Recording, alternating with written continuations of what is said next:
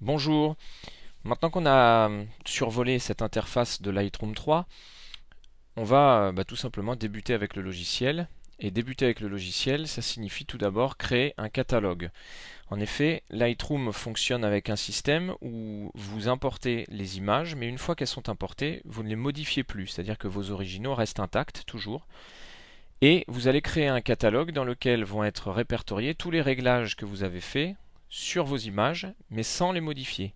C'est-à-dire que ces réglages seront stockés à part dans un petit fichier qui s'appelle XMP. Ça veut dire que, y compris, vous pouvez avoir plusieurs réglages pour une seule image qui, elle, ne bouge pas sur le disque. Alors c'est bien pratique, mais comment procéder? Eh bien, on va voir que ça se fait en deux étapes. Donc première étape, créer un catalogue dans lequel on va importer les images. Et puis deuxième étape, importer les images elles-mêmes. Donc pour débuter, on va commencer en haut ici à gauche avec Fichier, Nouveau catalogue. Ici, donc moi j'ai choisi de le mettre sur mon disque que j'ai intitulé Stockage. Alors vous le mettez là où vous voulez. Ici, photo vidéo. Et puis, on va mettre tout simplement, on va l'appeler test. Et je fais enregistrer. Lightroom redémarre avec ce nouveau catalogue que l'on vient de créer. Une fois qu'on a créé ce catalogue, tout simplement, on va importer les images que l'on va traiter ensuite avec le logiciel. Donc, le plus simple, c'est de commencer par importer les images directement depuis l'appareil photo. Donc, vous allez brancher dans un premier temps votre appareil photo à l'ordinateur.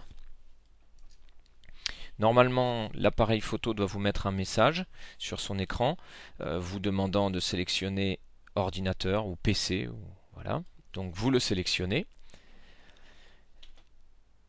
Et ici, quand on va dans Fichier, Importer des photos, eh bien, on voit que dans la liste, en haut, figure appareil photo ou lecteur de carte, puisqu'en fait le fonctionnement est le même si vous branchez un lecteur de carte. Donc ici, moi j'ai la lettre H. Bon, selon l'ordinateur, évidemment, le lecteur aura un nom différent, mais c'est toujours appareil photo ou lecteur de carte. Par défaut, toutes mes vignettes sont sélectionnées dans la fenêtre d'aperçu des vignettes. Pourquoi? Parce qu'ici, en haut, est coché toutes les photos. Alors si je souhaite importer toutes les images qui sont présentes sur la carte mémoire de mon appareil photo, c'est tout simple. Je laisse tout cocher, j'ai plus qu'à me rendre ici en bas à droite, cliquer importer et ça va m'importer toutes les images d'un coup. Mais on n'est pas forcément, on ne recherche pas forcément à importer toutes les images. En l'occurrence, moi ici j'ai plusieurs reportages sur plusieurs journées sur la même carte. Et donc je souhaite les importer dans des dossiers différents pour pas tout mélanger. Donc, comment faire? On va à droite ici. On retrouve notre disque ici qui s'appelle stockage. Donc en l'occurrence, vous aurez le nom de votre disque sur lequel vous souhaitez faire figurer vos photos. Et puis, ici, on a coché une option dans le sous-dossier, c'est-à-dire dans cette rubrique destination. Dans le sous-dossier, on le coche et on va indiquer le nom du répertoire dans lequel on veut stocker les images. Donc là, le dossier, en l'occurrence, s'appelle Cathédrale de Rouen, puisqu'on va importer des images de la cathédrale de Rouen. On peut organiser ici par date, ou bien dans un sous-dossier, que l'on va nommer également. Moi, je vais conserver le réglage par date qui me va bien. Et puis ici, on va sélectionner le format de date que l'on souhaite, en fonction de si on le veut en lettres, en date, à l'américaine, avec des tirets, avec des slash, etc.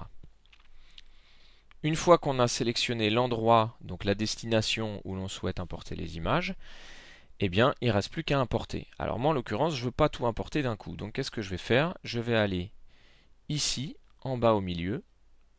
Je vais cocher tout désélectionner. En l'occurrence, ça va me désélectionner toutes mes images, vous voyez, elles sont plus foncées maintenant. Et puis, je vais sélectionner uniquement les images que je veux importer. Donc ici, par exemple, je voudrais importer ces trois images, plus une ici. Bon, tout simplement, je coche la première, elle se grise. Ensuite, je vais ici. En maintenant la touche Maj ou la touche Shift, pour ceux qui préfèrent l'anglais, je maintiens appuyé, je clique ici. Mes trois images sont sélectionnées. Et puis si je veux en rajouter une autre qui n'est pas contiguë à la liste, eh bien comme dans Windows, j'enfonce la touche CTRL, je la sélectionne et voilà. Une fois que j'ai sélectionné les images qui m'intéressent, il me suffit d'en cocher une pour que l'ensemble des images qui étaient grisées et sélectionnées soient cochées.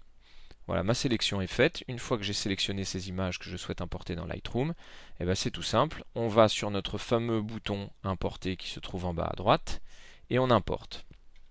Ici, on peut voir copier et importer les photos. La barre de progression nous indique le travail en cours. Nos vignettes apparaissent au fur et à mesure. Et puis quand on voit qu'ici la barre est fermée, eh bien c'est que l'importation a bien eu lieu. Toutes les images sont là. En effet, je retrouve mes 4 images que je souhaitais travailler. On est prêt maintenant pour travailler nos photos.